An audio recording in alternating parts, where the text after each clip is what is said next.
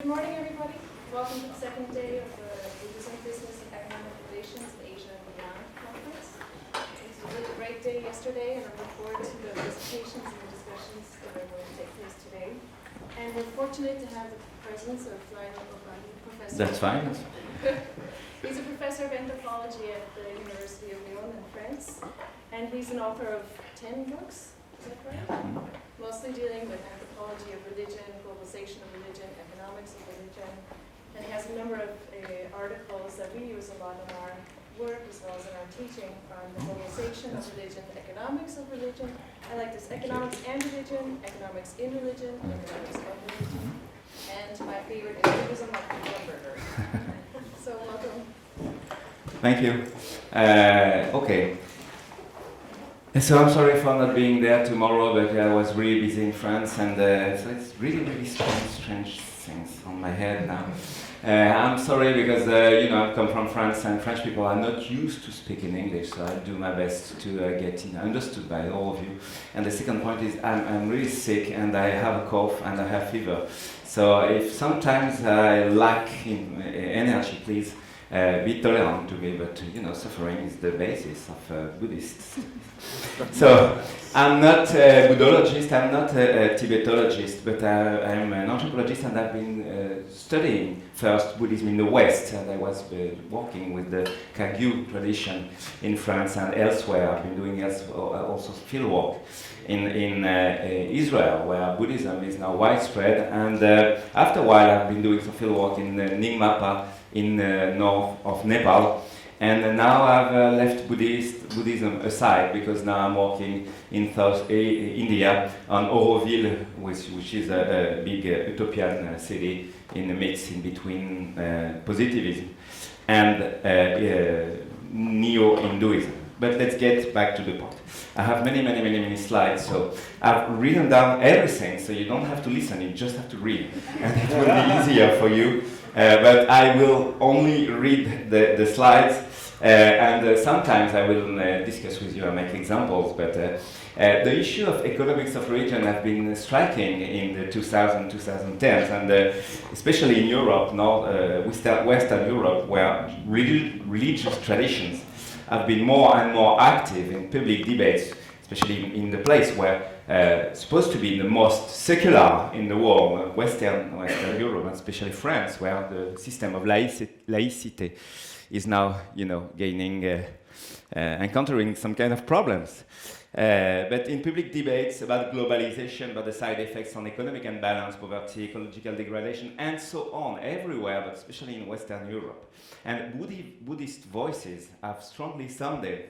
And interestingly, if you compare with monotheistic ones, much more the echo of Buddhist ideas, themes, and values have been much more. The audience was much more receptive to this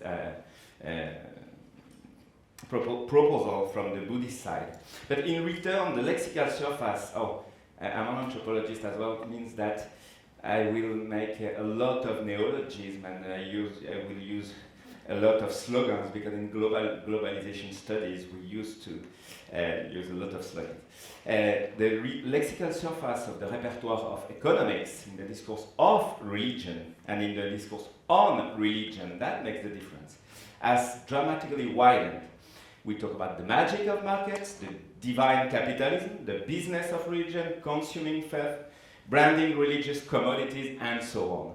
So there is a large surface, which is interesting because this belongs to pragmatics, the new pragmatics of religion and the new pragmatics of economy. And on the other side, economists want to convince themselves and would want to convince us that we live in a new cosmological and mythological horizon of modern society, which is the market, which is the neoliberal capitalistic system. Then, do we really live in an economic globalization? That it has become a commonplace, historically speaking, and before globalization itself, even if we have the trouble with the location of the starting point of globalization on the scale of history. But economy and religion used to go hand in hand on the merchants' routes. They use the same circuits, but it does not mean that these are the same actors, neither use the same diffusion process. You know that I will need this in a few seconds. According to the deterministic views, global economy is globalization itself. There is a kind of superposition in between the idea of global capitalism and globalization, except that they are these are counterbalanced by other views of globalization, cultural globalization, political globalization, and so on. And the new frame, global economy, should be the new frame for global conditions and global geography, north, south, center, periphery, especially in the new sociology of sociology and geography of economics, center, periphery, but as well the global expansion of global consumer culture. We'll get back to the point in a few slides. Actually, under the umbrella and not umbrella category of global economy, we mean not all forms of economy, but one, especially one, modern capitalism, not capitalism in itself, and the hegemonic position of this system on transnational neoliberalism over domestic economies. Then the question is the following. The first question: is economy a threat or a chance to religion? The relationship between religion and economy, always, whatever the system reveal or unveil, a very specific ambivalence in between the ethics and the practice in religion and economy. We remember that Pope Francis' recent harsh critiques against the immorality of economy joined or echoes the 14th Dalai Lama recurrent charge against the outcomes of hyperproduction productivity. And these are paradoxically counterbalanced by the benefits Christianity and Buddhism make of global economic circuits and flows, because they are flowing exactly on the same circuits of economic globalization. Buddhism is spreading into using the same routes and the same channels westward than globalization, westward and eastward. According to Gustavo Benavides, then Buddhism, like other religions, is ambivalent. I mean the entry economy in Donald Lopez's critical terms in Buddhism, 2005. Buddhism, like other religion, is ambivalent. Ethically, it is against economy, but pragmatically, it's needing it. Then for Buddhism, business matters even if in the ancient forms of scriptural Buddhism in India. The problem then, like many other religions, is not economy itself, but money, and especially usury that, unlike Brahmanism, Buddhism is supposed to be eco-friendly. This is a position, this is a controversial position, we can discuss this. As an ethnographer, I told you I was interested in these issues in economics and religion on my first fieldwork it was in the 80s, 90s, a long time ago, in Tibetan tradition in the West. And Buddhism was like in the market, because Buddhism had become at the time, and still is, a fashionable item subjected to marketization and spiritual consumption. It means that people used to have a little Buddhism and something else in the logics of consumption. Then Buddhism sells, like another colleague will talk about in this conference. In community context, because I've been also doing some fieldwork in the Kagyu community in France, these communities were settling in wealthy society, but they had a discourse on greed. Greed is the poison of modern society, according to the Buddhist masters. And Buddhism, for sure, is the response, because it impels or compels for a better life, a non-productive life. But on the other side, the same person told me that when they needed to have touring masters, then monks couldn't fly in the air, so they need plane tickets. So we needed money, and we needed to raise fundings to make these people take planes and make their tour in France and elsewhere. Then there was an apparent contradiction in between the abstract ethical posture and the effective down-to-earth needs. When I was doing some fieldwork in Tibetan tradition in Nyingma, in Nepal, in the Tupten monastery in the north of Nepal, across the frontiers in the Sherpa area, I was interested in the fact that the monastery itself was depending upon foreign and local source of fundings. And this monastery, like many others, was located in a nodal position in a very complex local and global circuits, villagers, and then the headquarters of the Nyingmapa in Kathmandu, and then relationships with the Nyingmapa stay in Tibet, and the Nyingmapa also with Sanazera. Okay. I'm sorry for that. I don't know you. Then Nepalese and Tibetan merchants in search of business were roaming around this monastery and sometimes in the monastery. And they met and they were in parallel circuits with Western spiritual seekers. They're coming from United States, Great Britain, France, Spain, and so on. And were looking for the sacred. They were looking for the power of the master. And then economics was everywhere, but not in the same nature, not in the same form. And as well as I ended all my travels with a tour in Bodanats. In Bodanat, they have flourishing economy of good fortune object, and I used to bring a lot to my friends and family. So I like to buy as well these many little objects. Let's get back to the economic issue. Then economy, real economy, abstract economy, and we are turning to analogical and metaphorical economy. Are we living in the social sciences, and especially in the religious study, in an economic term? Some said that this is the case, so that I'm a bit prudent about this, because social sciences and religious studies are going many terms, you know, literary terms and psychological terms and cultural term and cognitive term and neuro something term. So there are many terms. Maybe this one should be the last term before the next one, but in the United States, Lawrence Yanacone is credited of the foundation of the field of economy of religion, economics of religion in the late 80s and early 90s, with the concept of market structure in the economic religious choice and human capital in the system of belief. After him, new generation of scholars were scrutinizing the role of economy in religious dynamics, so we stick to the real economy, and the role of religion in economic process. Sometimes, and this is what is most interesting, and the shift from economy in religion to economics of religion.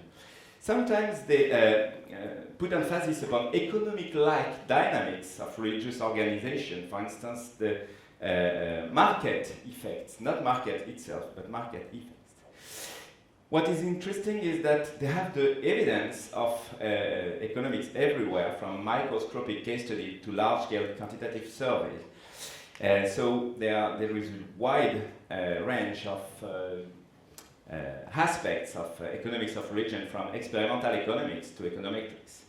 And nowadays, global approaches to religion then rely significantly means many people follow these views, follow these models in global approaches to religion.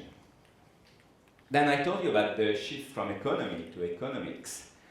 And we don't have the same in French. This is very difficult to explain economy and economy. Economies is the real way of doing wealth, producing wealth on rare resources. But economics is the model, is the views, is the theory, is the science of this human production. Then there is a significant shift from economy, the production of wealth, to economics as model and concept, so science of economics. But when we talk about the economics of religion, we have the problem that is coming to a very diverse models, into a wide range of models. They do not all partake on the same views of the economics. For instance, you have rational choice theory, supply and demand or market theory, spiritual consumerism, religious brandings and advertising, of course, commodification and marketization of religion, fetishization of sacred merchandise, cost and benefits in religious preference, and so on. So we have many models, but all these models are really relevant to study, for instance, on the logics of belief or the logic of spreading religious ideas, but they do not frame one single paradigm, even if Yanacone and others think that it is the case, or it should be the case. With this turn toward the economics, some ask the difficult question, are we putting on materialistic views on spiritual things, and then do we convert the reality of religion into economic ones? There are not only economics in economies, but economics is elsewhere. Economics of religion is not the only analogical model referring to an economic model. For instance, if we look at the lexical surface of the term economy, we see that elsewhere there are same semantic network on the same lexical basis, but not for the same use. We talk about moral economies, ritual economies, cultural economies, but not exactly relating or not exactly depending on the paradigm paradigm of economics of religion.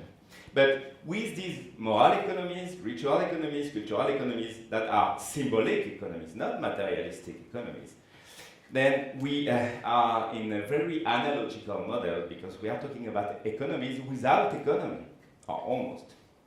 Then it alludes to economy, but this is it not necessarily partakes on economy.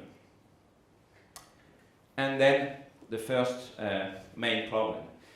In the source of the economics of religion, most of the authors, most of the scholars talk about the critical influence or decisive influence of Adam Smith and the rise of real economy, for instance, the economy of values and economy of emotions at first time. But in my opinion, there are two major authors, very crucial, with very crucial influence. On the one side, Max Weber on economy and society. I used the French reference in 1972, with the use of religious terminology, economic terminology. I'm sorry, I apologize, but don't read the religious, but read economic. Economic terminology, talk about entrepreneurs, monopoly, goods or commodities, competition, and so on. So he frames the system of analysis of religion dynamics with the words of economy. But this is a perspective, this is just an analogy. And this was a way to cast an economic light on social and political dynamics of religion. By no means Weber was convinced that when we talk about market and we talk about entrepreneurship, then this is real religion. But Walter Benjamin's philosophical account, in a very controversial and very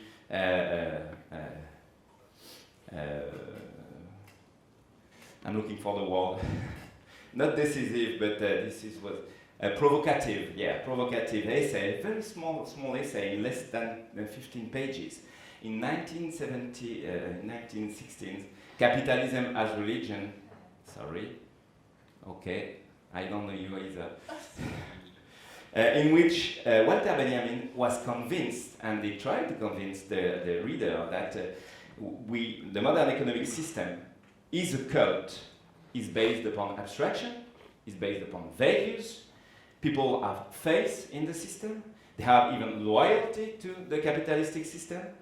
But for those who have confidence in the system, and all these features are elements of a religious system, like capitalism, which is, according to Walter Benjamin, quote, the most powerful religion.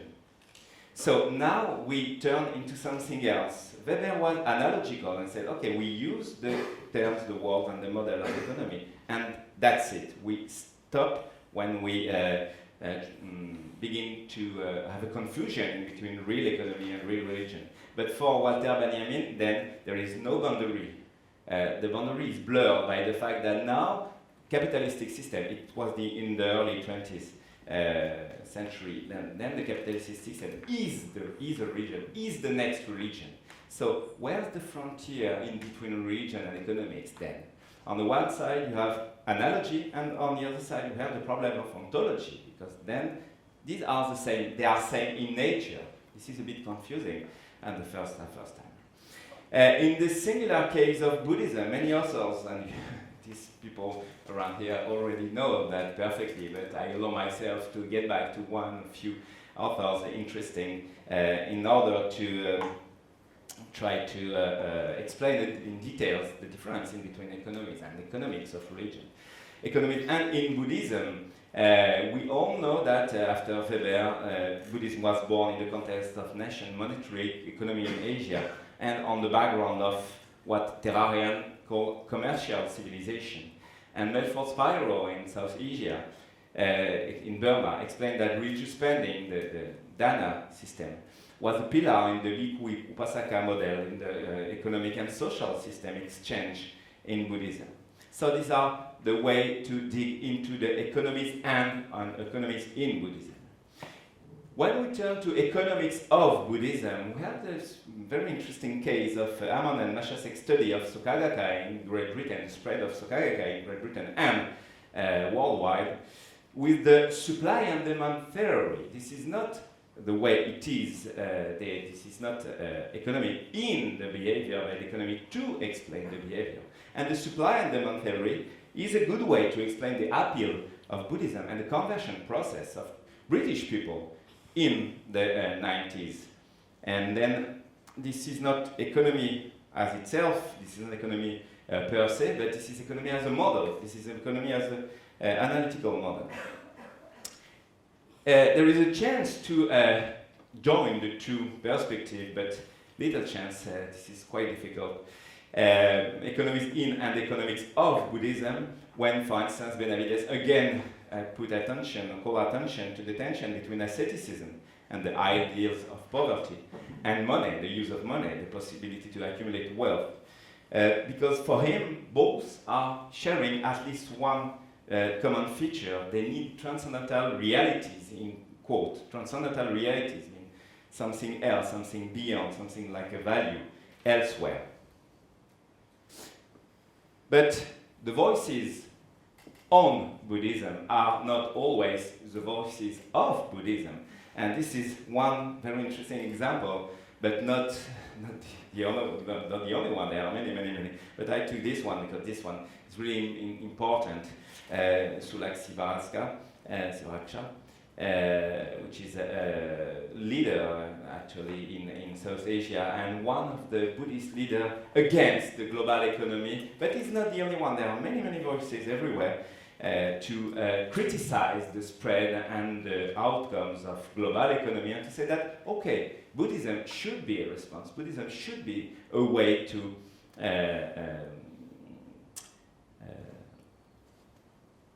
control these bad effects of a global economy.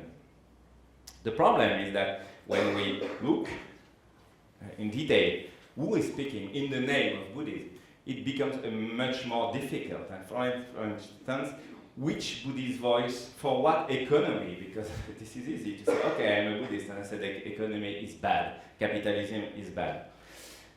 We need to relocate the moral, cultural and religious issue in the very heart of productive organization against the neoliberal modern program, quote, banks. But not one discourse, there is no one discourse, not a single Buddhist attitude. According to Pryor, there is a word which was interesting in this issue, and I was studying the way South Asia, North Asia, the West as well, where all these people talk about the economy, but in very different conditions, because when you are in a wealthy country in the West, when you talk about, you criticize economy, this is not exactly the same when you are in the Himalayas or you are in Southeast Asia. And according to Pryor, as in the early 90s, there is a wide range of Buddhist tradition interacting with different facts or different aspects of economic system and process. And logically, they adopt dissimilar reaction. They have dissimilar reaction towards these systems, these economic aspects, in between conservatism and progressivism, according to Pryor. Then these Buddhist voices for or against economy express a certain idea of Buddhism and a certain idea of what mainstream economy, the one that is criticized, is supposed to be, quote Daniels, 2005. Then turn back to economics then. The application and applicability of the models of economics of religion in Buddhism in the context of the expansion of global consumer culture. So it sheds light, or it helps us understanding Buddhism as a commodity, into brackets, right, in the global open economy of religion. And then it helps us doing a kind of sociology of mobility, mobility of ideas, mobility of concept, mobility of values, mobility of beliefs. First, Second, Buddhist group as enterprise, again an analogical model, okay, into brackets, and advertising their products in a competitive market. Then we turn to a sociology of institution, means are Buddhist institution or organization acting like enterprises, and is it relevant to understand like this? To what extent? What are the risks for this? But a sociology of mobility on the one side, a sociology of institution on the other side, and when we turn to the third aspect, still interesting, on the consumer of Buddhism in a market of spiritual commodity, and then we turn to the sociology of actors. So we have the mobility, we have the institution, we have the actors, we have the full system. And then we can shed a light on this process. And I allow myself to quote myself, I'm sorry for this, but thank you for using my text in your class. This is a discovery for me. Buddhism as spiritual capitalism. I tried something, but maybe it was a bit risky. But I just wondering to what extent the fact that Buddhism was in a kind of spiritual capitalism with symbolic capital accumulation and inner rationality, it might be a key to understand the success of Buddhism in the context of economic globalization, against the context of economic globalization. The fact that they tell you, okay, if you pray, if you meditate, then you accumulate merits, and if you accumulate merits, it's like a small symbolic capitalist system. And in a capitalist system, if somebody said, okay, you have a symbolic capitalist system and a materialistic capitalist system, so it matches. But it was an essay. This is not by no means a law. What is more interesting is that all these debates, all this discussion have flowed from academic circles to wider societies. And the idea of Buddhist economies and Buddhist economics floated from then academic milieu to civil societies, and brought about the engagement of Buddhism and Buddhists in contemporary economic life and contemporary economic issues, all starting in Ernst Schumacher Buddhist Economics. It was the first conceptual attempt in 1973 to apply Buddhism principle, or what is thought to be, what is imagined to be Buddhist principle, to market and industrial economy. But Peter Daniels, again, quote 2005, thinks that the very notion of Buddhist economics is a profound oxymoron, doesn't mean nothing. It means one thing and the contrary, so it's a bit strange in the attempt of Schumacher to say, okay, Buddhist economics is Buddhism if humanity matters. It's not with economics if humanity matters. So it was a way to get into a more humanistic economy by means of, by using Buddhist ideas and Buddhist themes. And now, long decades after, we witness, this is an evidence that Buddhism is already in modern economy. For example, meditation and ethics in the workplace. There are many works I can quote. And there are new conceptions of humanistic economy now that are trying to gain influence into the production, into the enterprise milieu. And Johansen and Gopalakrishna thinks that, quote, demands of the modern world may make it almost impossible totally to embrace the precepts of Buddhism. However, one should make choices that move towards compassion and the reduction of suffering. So they try to apply the Buddhist values and Buddhist principles into the workplace, but it doesn't work fully, it works partially. But all these people believe that even partially, it will be a significant contribution of Buddhism to the reduction of the bad side effects of modern economy. Another way of linking new economies or this modern economy and Buddhism is the tension between selling in Buddhism and selling Buddhism. Then selling in Buddhism is a common feature shared with other religions, and the problem of antisocial feelings that are arising again after craving, which is an excessive attraction to money and associated impurity. But Buddhist organizations, like Jewish organizations, like Muslim organizations, like Christian organizations, need markets. And sometimes, even in the monastic context is sometimes they rule their home markets, but there is nothing to do exactly with selling Buddhism as a commodity. Selling Buddhism and consuming Buddhism raise a crucial question about the commodity. What is a commodity? What is Buddhism a commodity? Is Buddhism a hamburger, like I tried to explain with irony in this paper?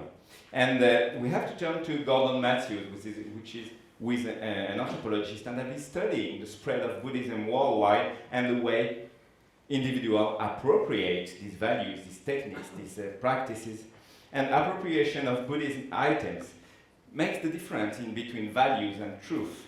If I need to buy some food, if I need to buy books, if I need to buy a TV, for instance, it's only a value. How much does it cost to me to buy a TV? But if I am engaged in trying to appropriate myself ideas, philosophical ideas, religious ideas, then the issue, the process is the same. I pick and choose in the market. But according to Matthews, there is a huge difference in the intention. My intention is not value. My intention is truth. I'm looking for something existential, and that makes the difference. These are commodities in the both situation. But on the one side, you have materialistic commodities with only values, and on the other side, you have truth. Kent and Antlov have demonstrated that this is not only Western modern habit, but New Asian economic elites as well consume Buddhism the same way elsewhere in South Asia now. And in the Asian context of economic and religious modernization is not exactly a replication of the modern one or the Western one. Means that in the Asian context, there are very specific very specific intention of consuming Buddhism. So a few epistemological and ideological issues. Then the famous and common wisdom, the map and territory issue. Are we discussing realities of model of reality? Do we make Buddhism a commodity? Do we make Buddhism a simple thing into a market when we talk about Buddhism in economic terms? Then there is a risk of confusion in between the reality and the model of reality. Second point, crucial as well. These models of economics of religion, have been framed after and from the point of view of North American monotheistic experience. This is really cultural, this is really located, this is really provincial, to use the term that Indian cultural studies use to frame against this. Then, to what extent, that's the question. I don't have the response, I just have the question. So I share this with you today. To what extent do they apply relevantly outside the US, and especially in Europe, and by extension, elsewhere, to non-monotheistic system, non-Western condition in Asia, and in different parts of Asia? North Asia is not South Asia, and something. Are these models free of cultural concretions? I don't believe so. Warner was one of the promoters of this new economics of religion, was convinced in the early 19th that the paradigm of secularization was becoming out of fashion. Now this is obsolete, this is an old way of thinking the change in religion. And this leaves room to the rising paradigm of economics of religion, religious economics. Obviously, and a few decades later, this was not the case. This was not a replacement, and it had neither been replaced by the other. This is a matter of choice. If you follow the economics of religion model, then you are located in the American experience, and you you adopt an economic viewpoint on religious behavior and dynamics. That makes the difference, for instance, in what's happening in Western Europe, where we still favor theories in terms of secularization and revival of religion, which is not an economic viewpoint, but a political viewpoint. And in my opinion, there is a huge conflict, a huge tension in between the economic views of religion and the political views of religion. I'm restless. Still a few slides, if you don't mind. So these critiques, again, the economics of culture, of religion, rely upon the critics of economics of culture, and Anna Arendt, as early as the 50s, talked about in bad terms of the marketization of culture. This was a threat to culture. And more recently, Robert Dufour, who is a French philosopher, was mocking the sacralization of the market. And Pascal Bruckner, another French philosopher, was against the idea of purely instrumental relationship to the sacred. Thomas Xordas, who is an American anthropologist working on more on Catholic renewal, Catholic charismatic renewal, in 2009 book Transnational Transcendence, in the introduction part, was really against this economics of religion, because he was criticizing the misuse of a metaphor and the way that this metaphor turns really religious things into economic ones. And it was an abuse on reality. Economic issues are indeed overwhelming other aspects of reality. We don't take into account the cultural factor, the historical factor, the political factor, and so on. Everything is economic. So not in the views, but in the model, we have to leave room, we have to balance the economic, political, cultural, and other factors or parameters in the analysis. According to historian Eric Hausbaum, the idolatry of market will not last. He was convinced of this, but I think that this is not the case. It was a mistake. For political and historical reason, quite the reverse. Now we are much more than ever completely in sacralization of the market.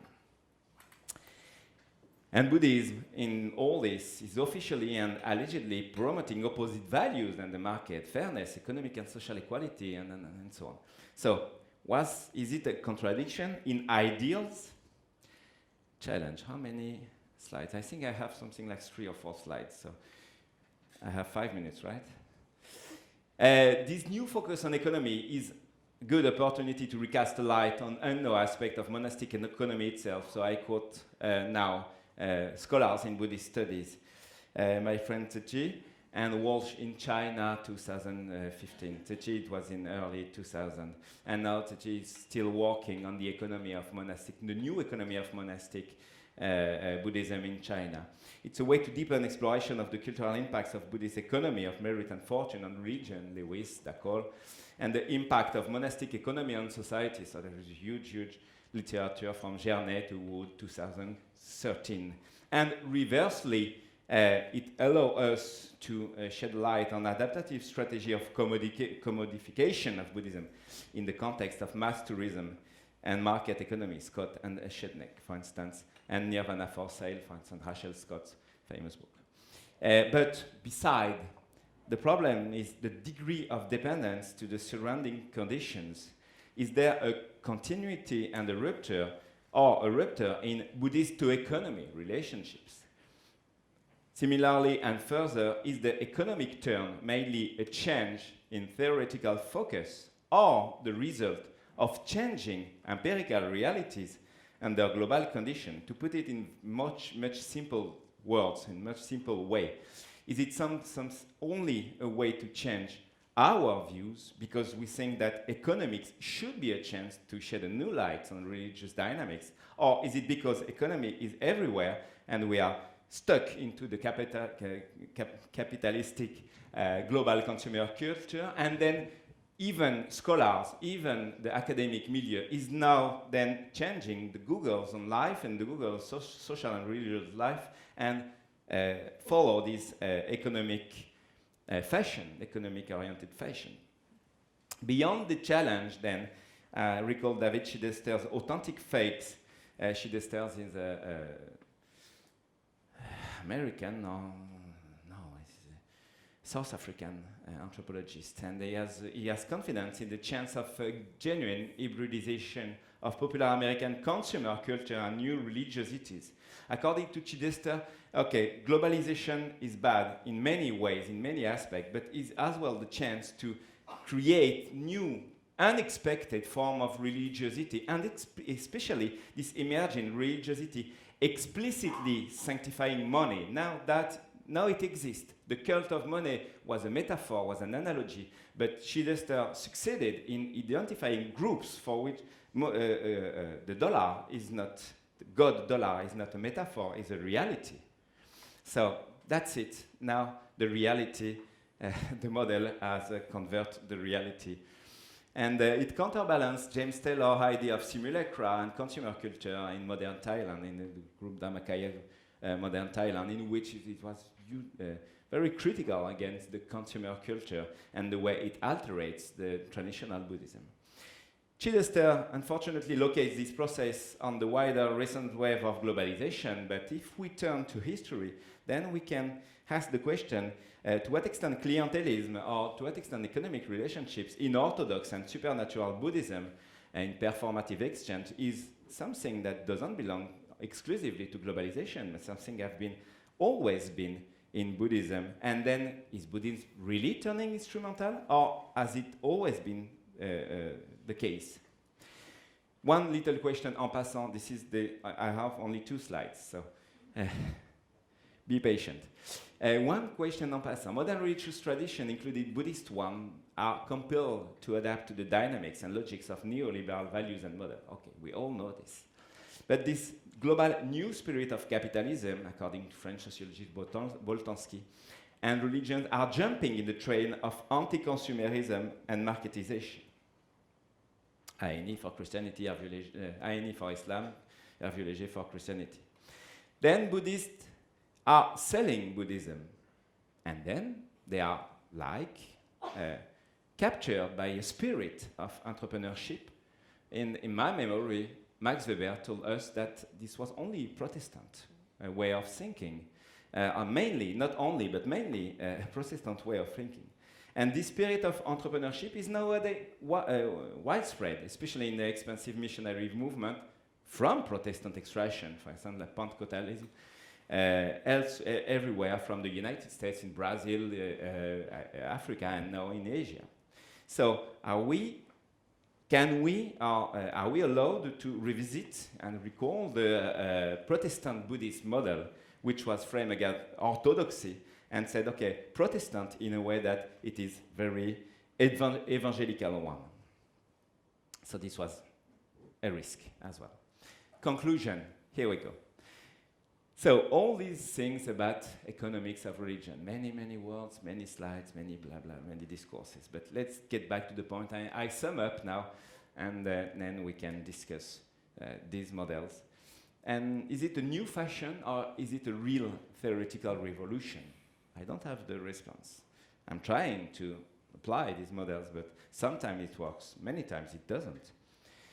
This economic turn in religious studies, in social studies, is made of reversible slogans, economics and economics of, economics in, and all the rest. Abstract models, ideological charge against globalization, but still to a certain extent, it's a relevant perspective to shed a new light on religious dynamics and behaviors. But we have to keep in mind that for the lexical and the conceptual precision, we have to make the difference between the economies as reality and economics as abstraction, as 2 dimensions, reality on the one side and models of reality on the other side.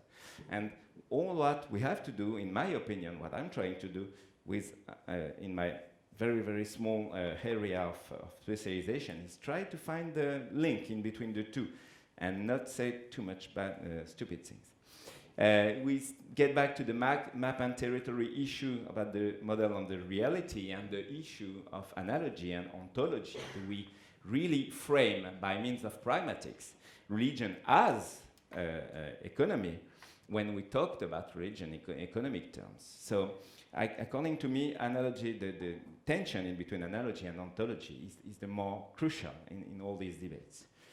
But finally, Buddhist studies can bring a new approach in the very monotheistic and Western fields of economic and religion, and especially, I guess, if I read correctly the program, it will be what will happen in this conference.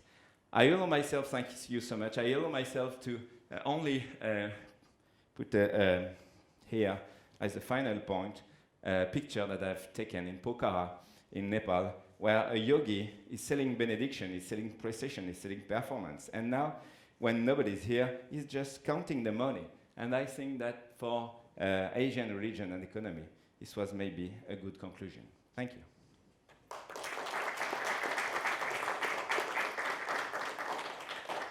Great, that's a fascinating talk. Thank you so much for putting all these ideas together for us so we can think through the rest of the conference.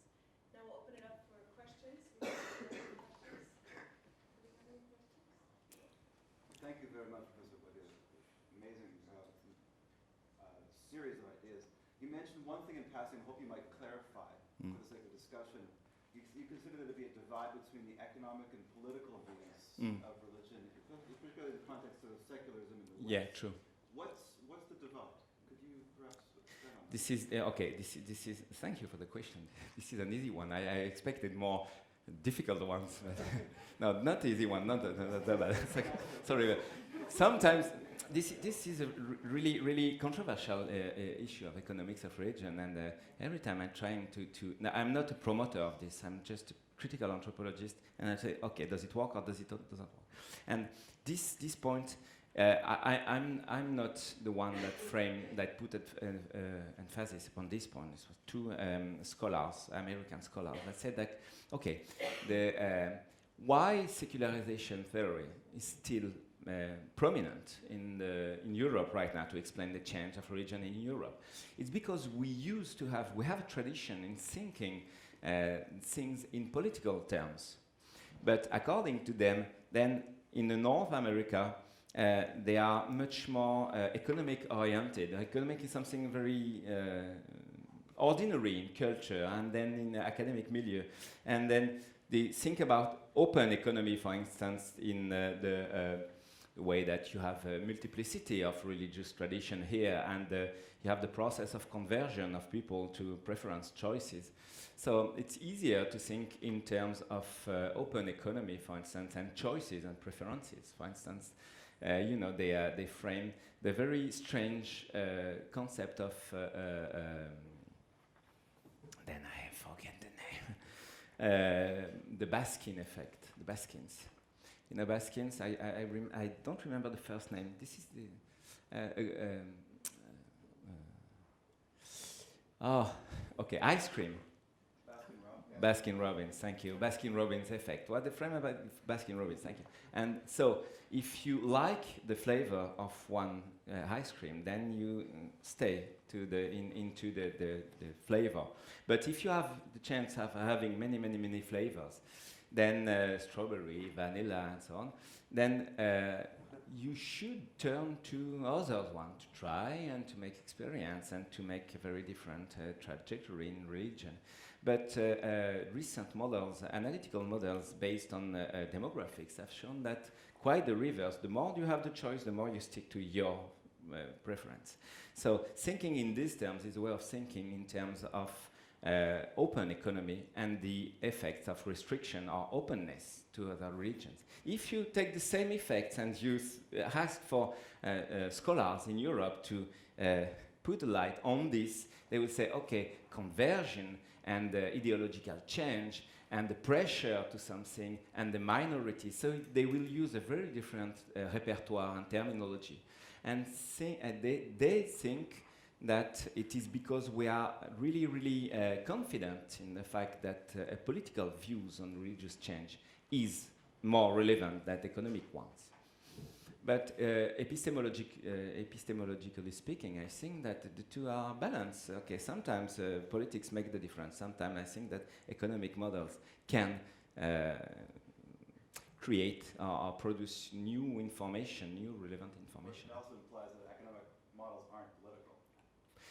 Wow. yeah. But not that far, because as you can see, they are against a background, a political background, but themselves they are not political because they are overwhelming. Economy is overwhelming and erasing other parameters, other factors, especially political ones. So they are not that political in theory. I mean in theory, okay? But in the background, this is much political.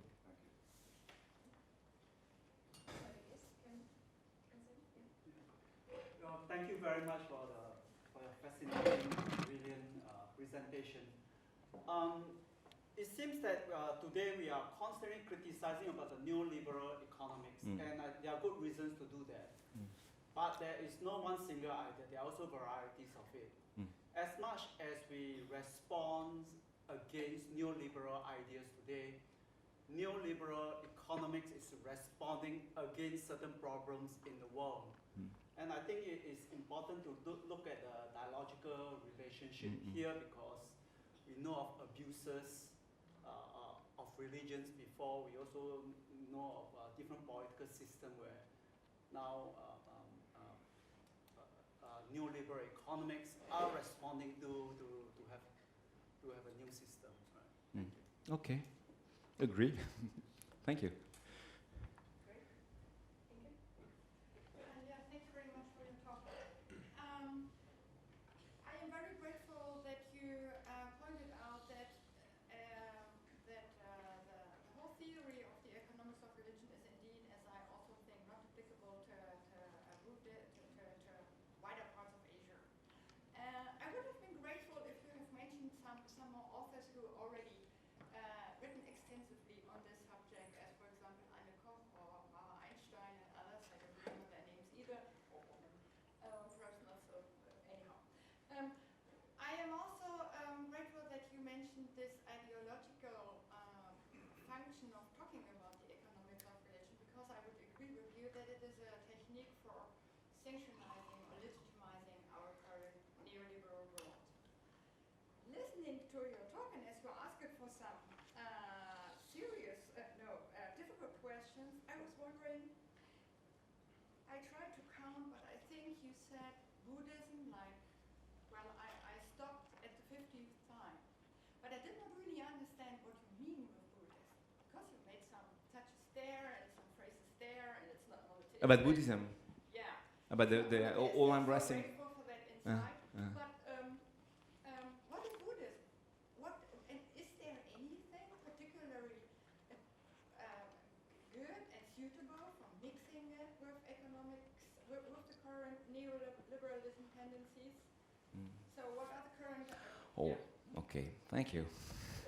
So first part of your question, I cannot quote everybody, and I do not know all the works, so I'm trying to read this work, but there are many made in this case, and luckily I will read and hear you today, and unfortunately not tomorrow.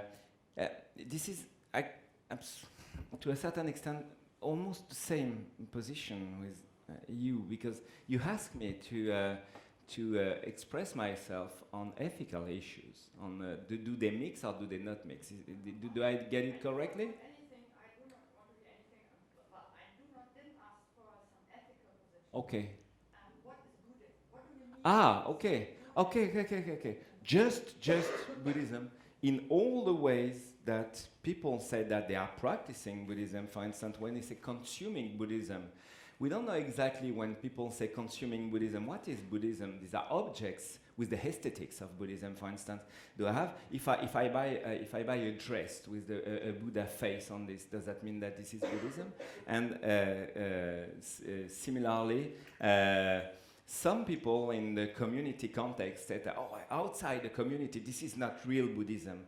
And what's interesting to me is not what's the limit of the real Buddhism and something else that should be not real Buddhism, but all the way that people use Buddhism to justify their practice, be their traditional meditation practice in the traditional canonical way of practicing this old-fashioned tradition entitled Buddhism, or people are talking about Buddhism. For instance, in Buddhist Economics of Schumacher, he talks about Buddhism, but like Weber, like many authors, he mentions a few principles he has been reading in books that are translation of different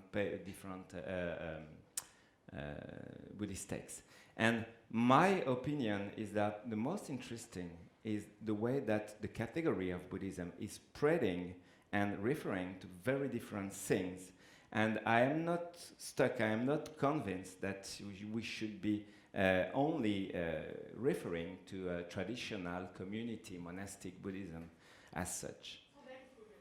Monastic, traditional, whatever. No, that's quite the reverse. If somebody takes seriously that he is or she is a Buddhist and he or she has never met a community, she has never doing meditation or praying or anything or practicing into a community context, for me it's as interesting. I don't have, why not taking into account seriously why, not how, but why these people say that this is Buddhism. And then this is a fluid category. And I'm much more interested in the way that people construct a certain image of Buddhism than to stick to traditional Buddhism. Sorry, Elizabeth, but you didn't answer the question. You didn't answer the question. I asked in what way do you use the term? Because I wanted to stick out to Okay. There are two. Okay, I conclude like this on this point. Okay. For me, it was easy because I have been doing some fieldwork in the Kagyu and the Nyingma tradition, where these people are supposed to be the very heart of monastic institution, and then I feel comfortable about doing fieldwork in Buddhism, right? But all these use of the category of Buddhism outside this context are, in my opinion, not concerned by is it or not Buddhism. But again, I reply, but in another way. Why these people say that this is Buddhism? Why, for instance, people from the politics, from the musical and elsewhere in France, they said, okay, I'm a Buddhist. This is fashionable to say I'm a Buddhist. Okay, they have to state that they are not Buddhist, but because they are not practicing, they are not taking refuge, they are not. So I have all-embracing category. This is not mine. This is because the category is spreading outside the traditional and orthodox way of defining Buddhism. And I'm just following the category with the people using it. Okay, we have a few more questions, not a lot of time, so we have to move on.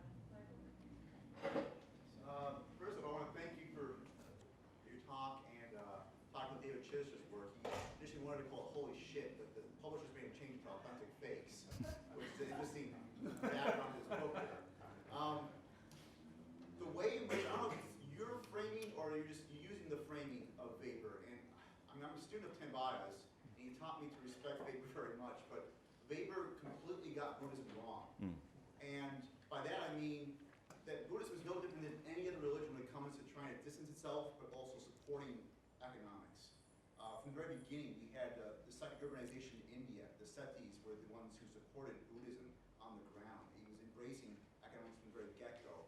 And I'm wondering that instead of thinking of Buddhism being different in this way, it's rather perhaps how it expresses itself in these ways, or perhaps when you think about how Buddhism is entering into economics, is it rather, how is it interacting with a Christian or Protestant way of economics, not just economics in general? Do I have to respond to these very simple questions? Okay, we talked about this later because I don't have time. But, well, the problem with Weber is the problem with all the sociologists that have been, especially Durkheim after Weber, and this definition of Buddhism as the basis on the relocation of the sacred, profane definition of religion. It takes us very far from here. Okay, we discuss at the coffee break. Simple one. I'm from Sri Lanka. So, in our social context, actually, Buddhism, the term Buddhism refers to what the Buddha taught, the Buddhist doctrine. So, all the practices and all the interpretations are different, and different cultures, those Buddhist teaching have been interpreted and applied in different social contexts with different meanings. So here, when we use the term Buddhism, whether you are referring to the Buddhist doctrine or whether the various interpretations that people have developed depending on their social context. It's the same question. Yeah, but please go ahead. You finish your question? Yeah. No. You asked me what kind of doctrine do I mention when I talk about Buddhism. This is exactly the same question that you addressed. That, okay. We have the canonical readings. A wide range of Buddhist tradition interacting with different facts of economic system and process, blah, blah, blah. I rely upon prior. And it reminds me that 3 years ago I was in Colombo University to give a paper on Buddhism and Economics. And I have many students and scholars in front of me that explain me in details that Buddhism was doctrine, but Buddhism was not a social thing, and was even not an economic thing. And we had a debate on this. It was a bit interesting at the time in the Asanga Therakne Department of Buddhist Studies. I was there at the time, so we already had this discussion. Again, and to conclude finally, the problem is the appropriation of the category of economics, right? But beside the problem is the appropriation of the category of Buddhism as such, because Buddhism doesn't belong to those people that are Buddhist or claiming to be Buddhist in very specific tradition. And in 45 minutes, I just wanted to have panoramic views, global views, synthetic views. So I couldn't get into the details of traditional and all these theological and doctrinal stuff. I'm sorry for this, but it was not exactly my aim. I have a question at this. You kill me. Oh. Yeah, did you still have a question? Yeah. Okay, yeah. Great, thanks. I thought that you were we got this big overview about juxtaposing the economic with Buddhism, but then I thought that it's only one direction, and I thought that Friede Brock's introduction I found very helpful, actually in thinking Buddhism as a way of life. And actually that the non-economic and the economic spheres are actually blurred. Yeah, but this, and so this goes a little bit beyond the kind of one direction, I think.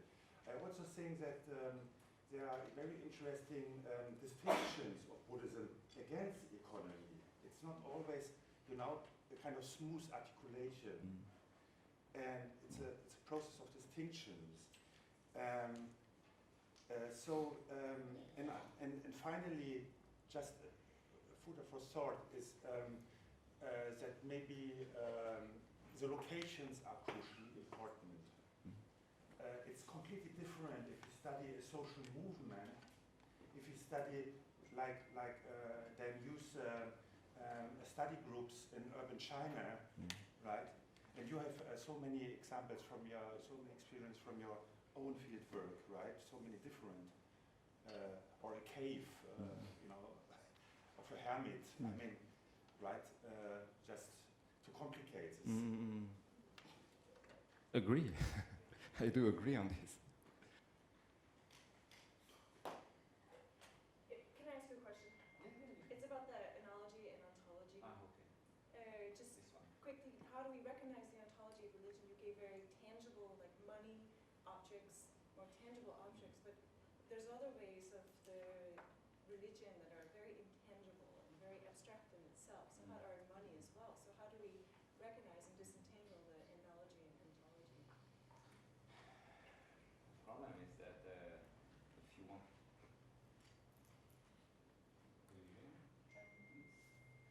Yeah. The problem with ontology and analogy, I have located them on the two opposite poles of modelization, in the abstraction. But ontology, you have the same race skill that is for Buddhism, that is for economics, that to say that ontology is on the side of very concrete things, very sensitive things. And indeed, what's the difference when I, for instance, buy with money, I buy Buddhist statues and I buy something else. So the difference between ontology and analogy is in the discourse of the people when I say it's like or it's as something and is something. And I think that if we rely seriously on pragmatics and the way, okay, for instance, the idea came in my mind because I've been doing fieldwork on soccer in Europe, and you know, in Europe, when you have large football rituals, they say, soccer is my religion. Okay, I'm supporting this team, and this is my religion. And you take the people and say, seriously? Do you think that seriously this is a religion? So explain me how does it work, and explain me what are your gods and what are your rituals, and where is the liturgy? And people say, okay, no, it sounds like, or it looks like, or I feel like a religion. And as soon as you make this distinction, you have you are on the frontiers, and you can be on the one side or the other side. So it depends on the way people make these things reality.